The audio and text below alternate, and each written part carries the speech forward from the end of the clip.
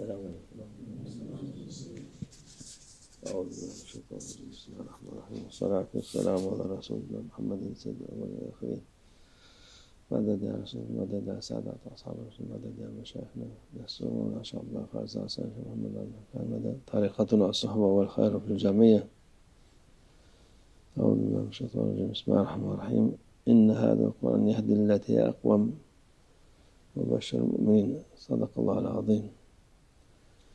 Allah Azze ve Celle ayet-i kerimede Kur'an-ı Azimüşşan her şeyin en güzelini gösteren. Allah Almighty mentions in the Holy Quran that the Holy Quran is what shows everything in its most beautiful manner. En iyisini gösteren, en doğrusunu gösteren. It is the Holy Quran which show everything in the most beautiful manner, which show what is most correct and what is right. Kitap olduğunu buyuruyor Allah Azze ve Celle. Allah. And in this holy verse, Allah Almighty makes clear that this is the source of truth, the Holy Quran. İndinden indirilmiş. It is the Holy Quran has been revealed from the divine presence. Bu kitap dünyada tektir, yani insanoğlu. Allah And the Holy Quran is a book which is unique in its kind in this world. Azze ve Celle'nin hitap ettiği, onun The Holy Quran contains the sacred words of Allah Almighty, and it features the divine address of Allah Almighty. sözleri, mübarek sözleri değiştirilmeden. And these sacred words of Allah Almighty have been preserved within the Holy Quran without any alterations. Bütün insanlara fayda olsun diye. And this book, this Holy Quran, is a benefit and a blessing for all of humanity. Her şeyde, her ne varsa dünyada insan için, cemaat için, hayvanlar için, ne gibi her türlü şey, malumat bunun içindedir. The Holy Quran features information and knowledge about everything, about every aspect, about with every regard, and about every creature and whatever there is in existence. En iyisini o gösterir diyor. And it is the Holy Quran which shows everything in the best way. Allah Azze ve Celle. Şimdi Kur'an-ı Azimüşşan böyle olduğu için biz nasıl istifade edeceğiz, her şey nasıl? And as the Holy Quran shows us everything, the question arises, how can we benefit the most out of all this information? İşte bir kısım insanlar kıymet bilmez.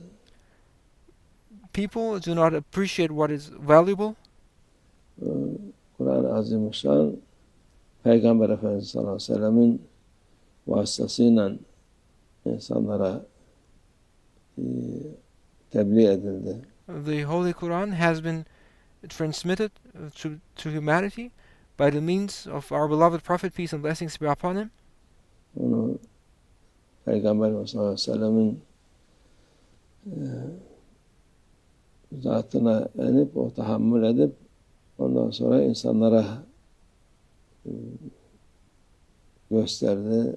The Holy Quran descended upon our beloved Prophet, peace and blessings be upon him, and he had the strength to carry the power of these words, and it was through the beloved Prophet, peace and blessings be upon him, who thereupon transmitted the Holy Quran to people. İletti. Şimdiye kadar ilelebet o sürecek öyle. And this transmission, which happened through the means of our beloved Prophet, peace and blessings be upon him, continues. Onun manasını tabi Peygamber Efendimiz sallallahu aleyhi ve sellem bize açıkladı. And it is through our beloved Prophet, peace and blessings be upon him, we have been taught what these verses which have been revealed in fact mean. Çoğunu yani Peygamber Efendimiz sallallahu aleyhi ve sellem açıkladığı şeyi tabi insanlar It is our beloved Prophet, peace and blessings be upon him, who taught us and explained us how we should understand the verses of the Holy Quran. Bir denizden bir damla gibi bir şey alamadılar Peygamber Efendimiz'in ilminden, onun tefsirinden.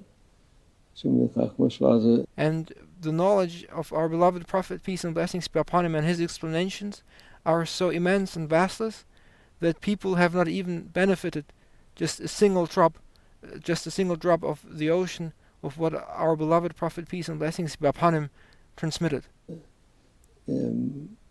insanlar biz Kur'an böyle her şeyi gösteriyor. Kur'an-ı Azimüşşan.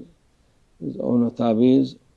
Yes, of course, that the Holy Quran shows everything, and there are people who say we only follow the Holy Quran as it shows everything. Ondan alacağız diye And they claim that if they receive and understand the meaning and the wisdom of the Holy Quran, bir kısım insan çıkmış ki and there's now this type of group of people who make such claims, zaten baştan yanlış yapmışlar. but whoever makes such claims has committed an error and has committed a mistake from the very beginning.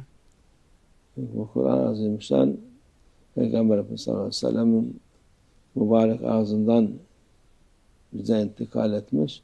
Because we must know that we may understand the Holy Quran only by the means of our beloved Prophet, peace and blessings be upon him, because it is through the blessed mouth of our beloved Prophet, peace and blessings be upon him, that this Holy Quran has been uttered and transmitted.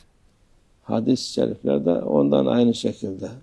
And the sayings of our beloved Prophet, the Hadith, have also been uttered and spoken through the blessed mouth of our beloved Prophet, peace and blessings be upon him. Yani Kur'an'ı açıklaması Peygamber Efendimiz sallallahu aleyhi ve sellem'in vasıtasıyla oldu ve oluyor. Therefore, the interpretation, the explanation, and the demonstration of the meaning of the Holy Quran and its wisdom has happened by the means of our beloved Prophet, peace and blessings be upon him, and the explanations and the sayings of our beloved Prophet, peace and blessings be upon him, continue to be the means of us to understand the Holy Quran. Onun gösterdiği gibi oluyor. And the Holy Quran needs to be understood as it has been explained through the means of our beloved Prophet, peace and blessings be upon him. Herkes kendi kafasına göre açıp da Kur'an şöyle dedi, böyle dedi diye yapamaz. No one, you may not just open the Holy Quran and then start interpreting verses based on your own thoughts, deviating from what the Prophet, peace and blessings be upon him, taught. Onun ilmi başkadır. Onun gösterdiği yer başkadır.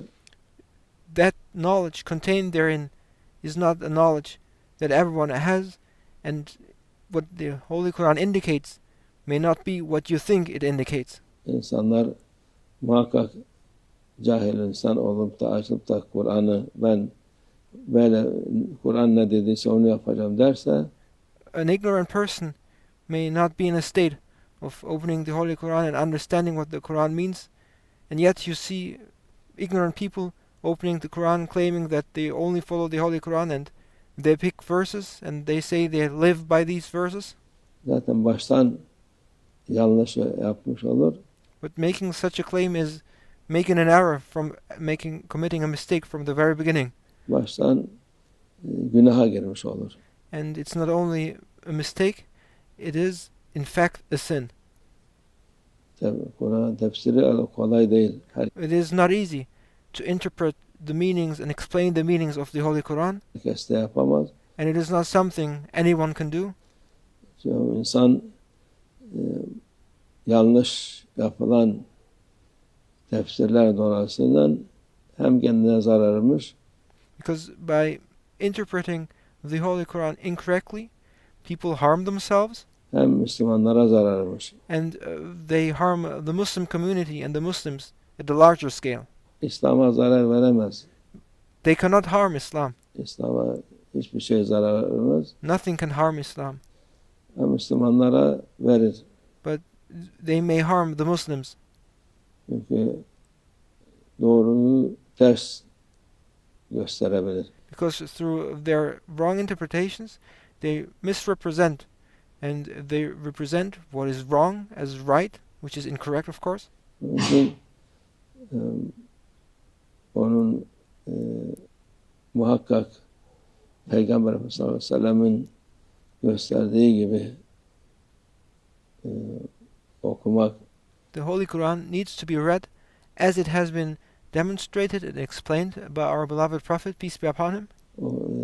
O yolda giden alimlere tabi olmak, and you must follow those scholars who follow the way of the Prophet, peace and blessings be upon him. bize lazımdır. And that is what we need.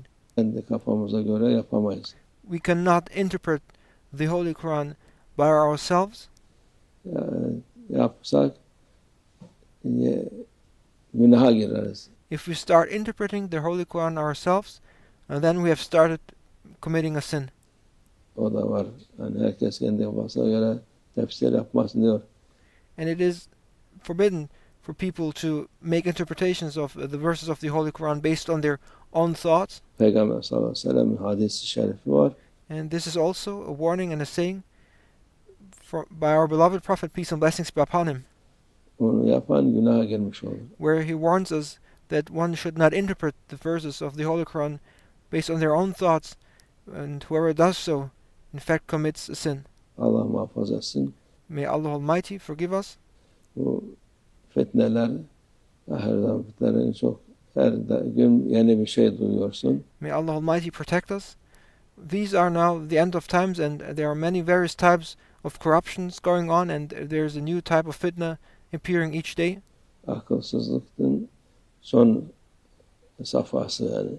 And we have now reached the last stage of mindlessness. Ahir zaman akılsızlığın son safhasına gelmiş insanlar. We are now in the end of times. We have reached the last stage of stupidity. Mantık, akıl kalmamış. There's no logic, there's no reason nor rationale left. Her şeye bulaştırmışlar. Bir de buna da bulaştırmak istiyorlar. They have corrupted everything, and now they are also attacking the meaning of the Holy Quran. Allah muhafaza etsin. May Allah Almighty protect us, Allah doğru yoldan ayırmasın hepimizi. and may Allah Almighty protect us from deviating or going astray from the right way. ومن الله التوفيق. الفاتحة.